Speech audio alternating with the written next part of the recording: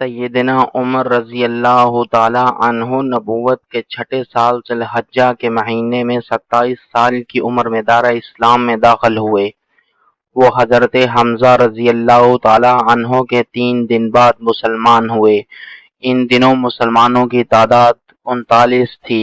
سیدنا عمر رضی اللہ تعالی عنہ فرماتے ہیں کہ جس دن میں مسلمان ہوا تو مسلمانوں کی تعداد 39 تھی۔ میں نے مسلمان ہو کر ان کی تعداد 40 کر دی۔ اللہ تعالیٰ نے دین کو تقویت بخشی اور دین اسلام کھل کر سامنے آ گیا۔ ایک روایت کے مطابق ان دنوں مسلمان ہونے والے مرد حضرات کی تعداد 40 یا اس سے کچھ زیادہ تھی، جبکہ عورتوں کی تعداد 11 تھی۔ اور سیدنا عمر رضی اللہ تعالی عنہ انہیں نہیں جانتے تھے، کیونکہ اکثر اہل اسلام اپنے اسلام کو پوشیدہ رکھتے تھے۔ ایک طرف عمومی طور پر مشرکین کا ڈر تھا تو دوسری طرف وہ سیدنا عمر رضی اللہ تعالی عنہ کی شدت سے بھی سخت خائف رہتے تھے۔ سیدنا عمر رضی اللہ تعالی عنہ نے 40 کی تکمیل کا تذکرہ کیا، لیکن عورتوں کا تذکرہ نہیں کیا۔ حضرت عبداللہ بن مسعود فرماتے ہیں، جب سیدنا عمر رضی اللہ تعالی عنہ مسلمان ہوئے تو ہم طاقتور ہو گئے۔ ان سے پہلے ہم نہ بیت اللہ کا طواف کر سکتے تھے، نہ ہی ہمیں وہاں نماز پڑھنے کی اجازت تھی۔ حضرت سیدنا عمر رضی اللہ تعالی عنہ مسلمان ہوئے تو انہوں نے مشرکین سے لڑائی کی۔ پھر ہم نے مسجد حرام میں نماز بھی پڑھی اور بیت اللہ کا طواف بھی کیا۔ مزید فرماتے ہیں، سیدنا عمر رضی اللہ تعالی عنہ کا اسلام لانا عظیم فتح تھی، اور ان کی ہجرت فتح کی نوید اور ان کی امارت باعث رحمت تھی۔ مجھے یاد ہے کہ سیدنا عمر رضی اللہ تعالی عنہ کے اسلام لانے سے پہلے ہم بیت اللہ کا طواف کر سکتے نہ اس کے قریب نماز پڑھ سکتے تھے۔ جب سیدنا عمر رضی اللہ تعالی عنہ مسلمان ہو گئے تو ہم نے مشرکین سے لڑائی کی، یہاں تک کہ انہوں نے ہمارا راستہ چھوڑ دیا اور ہم نے حرم میں نماز ادا کی۔ صہیب بن سنان رضی اللہ تعالی عنہ فرماتے ہیں، جب سیدنا عمر رضی اللہ تعالی عنہ مسلمان ہوئے تو اسلام کھل کر سامنے آ گیا، اور سیدنا عمر رضی اللہ تعالی عنہ نے لوگوں کو علانیہ اسلام کی طرف بلایا۔ ہم بیت اللہ کے گرد حلقوں کی شکل میں بیٹھے، ہم نے بیت اللہ کا طواف کیا، اور جس نے ہم سے سختی کی ہم نے اس کا ڈٹ کر مقابلہ کیا۔ ایک شاعر کا قول سیدنا عمر رضی اللہ تعالی عنہ کی زندگی کی کس قدر سچی ترجمانی کرتا ہے۔ اسلام مخفی تھا، اس شخص نے ظاہر کر دیا، اندھیروں کو ختم کیا اور روپوشی کی حالت بھی ختم کر دی۔ میری مراد اس شخص سے فاروق رضی اللہ تعالی عنہ ہیں جنہوں نے بازور شمشیر کفر اور ایمان کے درمیان واضح فرق کر دیا۔ ہجرت مدینہ۔ سیدنا عمر رضی اللہ تعالی عنہ نے علانیہ ہجرت فرمائی۔ حضرت ابن عباس رضی اللہ تعالی عنہ فرماتے ہیں، مجھے حضرت علی رضی اللہ تعالی عنہ نے بتایا کہ سیدنا عمر بن خطاب وہ شخص ہیں جنہوں نے علانیہ ہجرت فرمائی، جبکہ باقی تمام مہاجرین نے خفیہ ہجرت کی۔ سیدنا عمر رضی اللہ تعالی عنہ نے جب ہجرت کا ارادہ فرمایا تو تلوار گلے میں ڈالی، کندھے پر کمان رکھی، ہاتھ میں تیر تھامے اور نیزہ پہلو میں رکھا اور سیدھے بیت اللہ کے پاس پہنچے۔ لوگ مسجد حرام کے صحن میں بیٹھے تھے۔ انہوں نے سب کی موجودگی میں بیت اللہ کے گرد اطمینان سے 7 چکر مکمل فرمائے، پھر مقام ابراہیم پر پہنچے اور تسلی سے نماز ادا کی۔ پھر باری باری ہر مجلس میں پہنچے اور کہا، چہرے بد شکل ہو جائیں، اللہ تعالیٰ صرف تم جیسے لوگوں کی ناک خاک آلود کریں گے۔ جو چاہتا ہے اس کی ماں اسے گم پائے، اس کے بچے یتیم ہو جائیں اور اس کی بیوی بیوہ ہو جائے، وہ مجھے حرم سے باہر وادی میں ملے۔ حضرت علی رضی اللہ تعالی عنہ فرماتے ہیں، چند کمزور مسلمانوں کے سوا وہاں کوئی نہ آیا۔ سیدنا عمر رضی اللہ تعالی عنہ نے انہیں تسلی دی اور پھر عازم سفر ہو گئے۔ سیدنا عمر رضی اللہ تعالی عنہ نبی صلی اللہ علیہ وسلم کی آمد سے پہلے ہی مدینہ طیبہ جا پہنچے تھے۔ ان کے ساتھ ہجرت میں یہ افراد شامل تھے: ان کے اہل خانہ، قبیلے والے، ان کا بھائی زید بن خطاب، عمرو اور عبداللہ، یہ دونوں سراقہ کے بیٹے تھے، خنیس بن حذافہ سہمی جو ان کی بیٹی حفصہ کے شوہر تھے، چچا زاد سعید بن زید جن کا شمار عشرہ مبشرہ میں ہوتا تھا، وقت بن عبداللہ تمیمی جو ان کے حلیف تھے، خولہ بن ابی خولہ، مالک بن ابی خولہ، یہ دونوں بنو اجل سے ان کے حلیف تھے، بنو بقیر، ایاس، خالد، عاقل، عامر اور بنو سعد بن لیث سے ان کے حلیف۔ یہ سب جب مدینہ پہنچے تو قبا میں عمرو بن عوف کے محلہ میں رفع بن منظر کے ہاں ٹھہرے۔ برا بن عازب رضی اللہ تعالی عنہ فرماتے ہیں سب سے پہلے ہمارے پاس مصعب بن عمیر اور عبداللہ بن ام مکتوم رضی اللہ تعالی عنہ آئے، وہ لوگوں کو قرآن کی تعلیم دیتے تھے۔ پھر بلال، سعید اور عمار بن یاسر رضی اللہ تعالی عنہ آئے۔ پھر سیدنا عمر رضی اللہ تعالی عنہ 20 آدمیوں کے ہمراہ تشریف لائے۔ بعد ازاں نبی صلی اللہ علیہ وسلم تشریف لے آئے۔ آپ صلی اللہ علیہ وسلم کی آمد پر اہل مدینہ اتنے خوش ہوئے کہ اس سے پہلے انہیں ایسی خوشی کبھی نصیب نہیں ہوئی تھی۔ سیدنا عمر رضی اللہ تعالی عنہ اپنے افعال و قول کے ذریعے سے دین اسلام اور عقیدہ توحید کی خدمت میں مصروف ہو گئے۔ وہ اللہ کے راستے میں کسی ملامت گھر کی پرواہ نہ کرتے تھے۔ وہ اسلام کے مددگار اور کمزور مسلمانوں کا آسرا بن گئے۔ وہ بہت سے مسلمانوں کو ساتھ لے کر مکہ سے مدینہ پہنچے اور ان کے ساتھ ان کے اہل خانہ اور حلفاء کی کثیر تعداد بھی تھی۔ سیدنا عمر رضی اللہ تعالی عنہ نے بہت سے ایسے افراد کی ہجرت میں مدد فرمائی جو ہجرت تو کرنا چاہتے تھے لیکن کسی انجانی آزمائش اور فتنے کے ڈر سے رکے ہوئے تھے۔ سیدنا عمر رضی اللہ تعالی عنہ خود بیان فرماتے ہیں کہ جب ہم نے ہجرت کا ارادہ کیا تو ہم عیاش بن ابی ربیہ اور حشام بن عاص بن وائل سمحی نے بنو غفار کے محلے میں تنازب نامی جگہ میں اکٹھے ہونے کا فیصلہ کیا۔ یہ علاقہ صرف مقام سے کچھ اوپر واقع تھا۔ ہم نے طے کیا کہ ہم میں سے جو بھی پیچھے رہ گیا دوسرے احباب اس کا انتظار نہیں کریں گے اور مدینہ کی طرف چل دیں گے۔ سیدنا عمر رضی اللہ تعالی عنہ فرماتے ہیں میں اور عیاش بن ابی ربیہ مقررہ مقام پر پہنچ گئے۔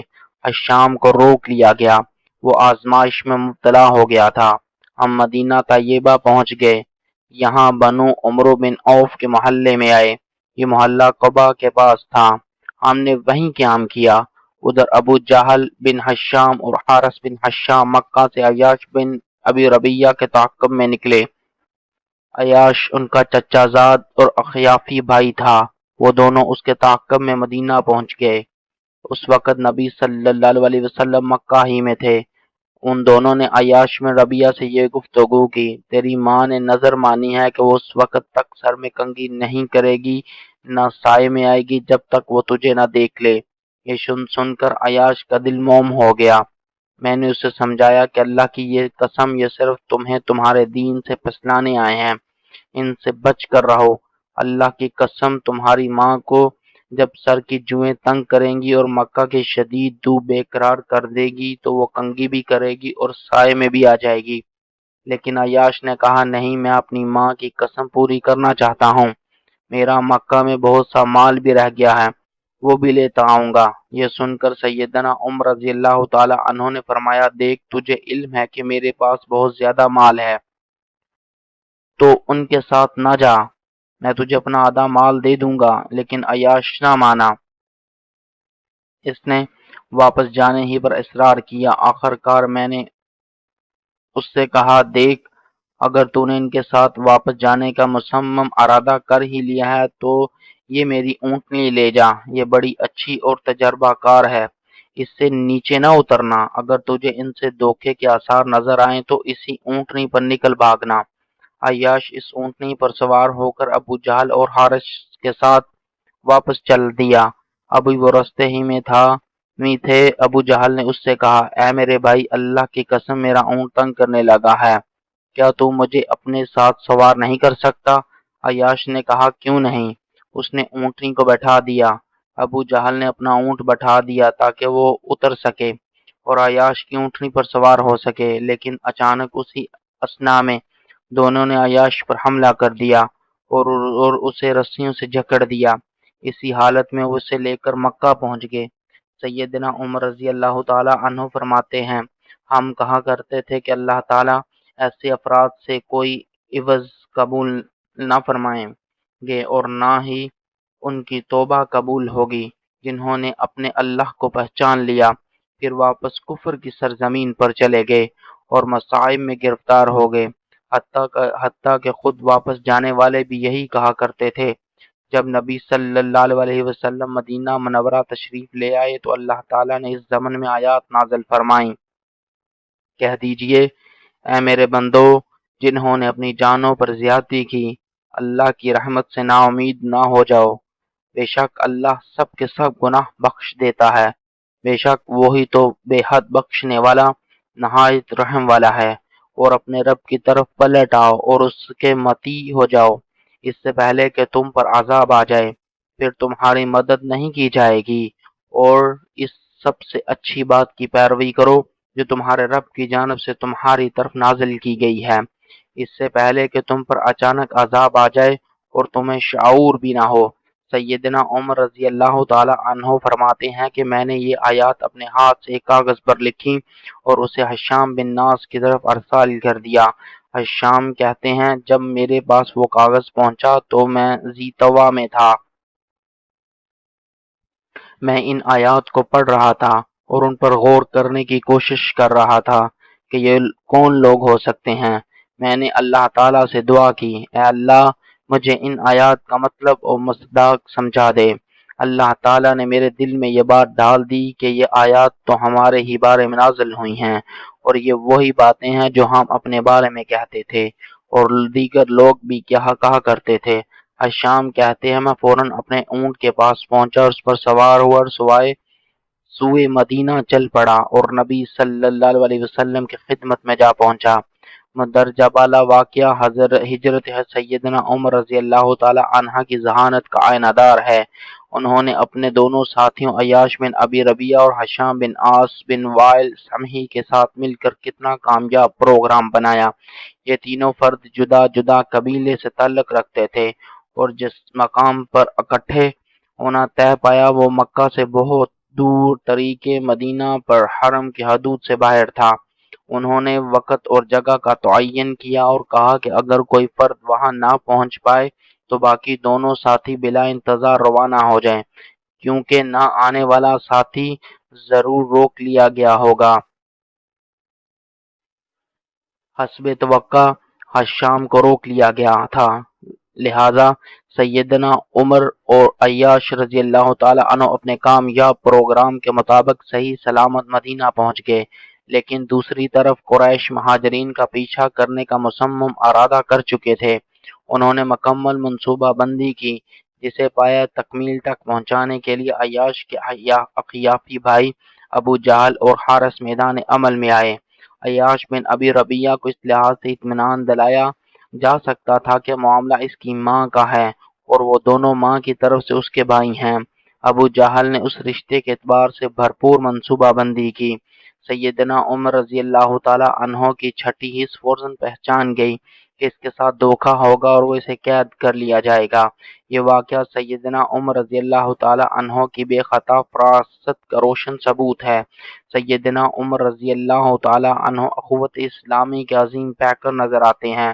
اس کا اندازہ اس حقیقت سے کیا جا سکتا ہے کہ وہ اپنے بھائی عیاش رضی اللہ تعالی عنہ کے لیے اپنے مال کی قربانی پر بھی رضامند تھے، تاکہ ان کا بھائی ابو جہل کے چنگل سے بچ جائے اور کسی فتنے میں مبتلا ہو کر اپنے دین کو نقصان نہ پہنچا بیٹھے۔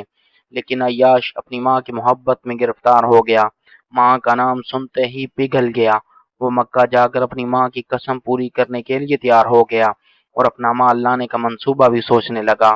اس کی غیرت نے سیدنا عمر رضی اللہ تعالی عنہ کا آدھا مال لینے سے بھی انکار کر دیا، کیونکہ خود اس کا مال مکہ میں موجود تھا۔ بہرحال سیدنا عمر رضی اللہ تعالی عنہ بڑے دور اندیش تھے۔ وہ سمجھ گئے تھے کہ ان کے بھائی کا کیسا منحوس انجام ہونے والا تھا اور اس کے ساتھ مکہ میں کیا بیتنے والی تھی۔ وہ اپنی تمام طور کوششوں کے باوجود عیاش کو مطمئن نہ کر سکے تو اسے اپنی عمدہ اور وفادار اونٹنی عطا کر دی، اور حسب توقع ایسا ہی ہوا کہ مشرق غدار نکلا۔ یہاں یہ بات بھی قابل توجہ ہے کہ مسلمانوں میں یہ بات مشہور ہو چکی تھی کہ ایسے لوگوں سے اللہ کو کوئی عوض اور توبہ تک قبول نہیں کرے گا، کیونکہ انہوں نے خود اپنی جانوں کو فتنے میں ڈالا اور جاہلی معاشرے میں ٹھہرے رہے۔ اس پر اللہ تعالیٰ کا یہ فرمان نازل ہوا۔ ابھی یہ آیات نازل ہی ہوئی تھیں کہ سیدنا عمر رضی اللہ تعالی عنہ جلد از جلد اپنے دونوں جگری دوستوں عیاش اور حشام کی طرف لکھ بھیجیں تاکہ وہ ایک دفعہ پھر کفر کی سرزمین سے نکلنے کی کوشش کریں۔ غور کیا جائے تو معلوم ہوگا کہ سیدنا عمر رضی اللہ تعالی عنہ کتنے عظیم و جلیل انسان تھے اور کتنی بلندی پر فائز تھے کہ عیاش کو آدھے مال کی پیشکش بھی کر ڈالی، اسے اپنی اونٹنی عنایت کی اور اسے کوئی آڑ نہیں دلائی، برا بلا بھی نہیں کہا کہ تو نے میری بات تسلیم نہ کی۔ اس پر تو جذبہ وفا و محبت چھایا ہوا تھا۔ پھر جب آیات نازل ہوئیں تو ایک دفعہ پھر اسی جذبہ خیر خواہی سے آیات لکھ کر اس کی طرف اور وہاں موجود تمام کمزور مسلمانوں کی طرف ارسال فرمائیں تاکہ سب مل کر اسلامی لشکر میں شمولیت کی بھرپور کوشش شروع کر دیں۔ سیدنا عمر رضی اللہ تعالی عنہ مدینہ طیبہ پہنچ کر رسول اللہ صلی اللہ علیہ وسلم کے سچے وزیر بنے۔ نبی صلی اللہ علیہ وسلم نے سیدنا عمر رضی اللہ تعالی عنہ کا عویم بن سعدہ رضی اللہ تعالی عنہ کے ساتھ اور ایک روایت کے مطابق عتبان بن مالک رضی اللہ تعالی عنہ کے ساتھ بھائی چارہ قائم فرما دیا۔ یہ بھی کہا گیا کہ سیدنا عمر رضی اللہ تعالی عنہ کا بھائی چارہ معاذ بن افراح کے ساتھ قائم ہوا۔ علامہ ابن عبد الحادی فرماتے ہیں ان تمام روایات میں کوئی تناقض نہیں ہو سکتا ہے کہ مختلف اوقات میں ان تینوں ہی نے سیدنا عمر رضی اللہ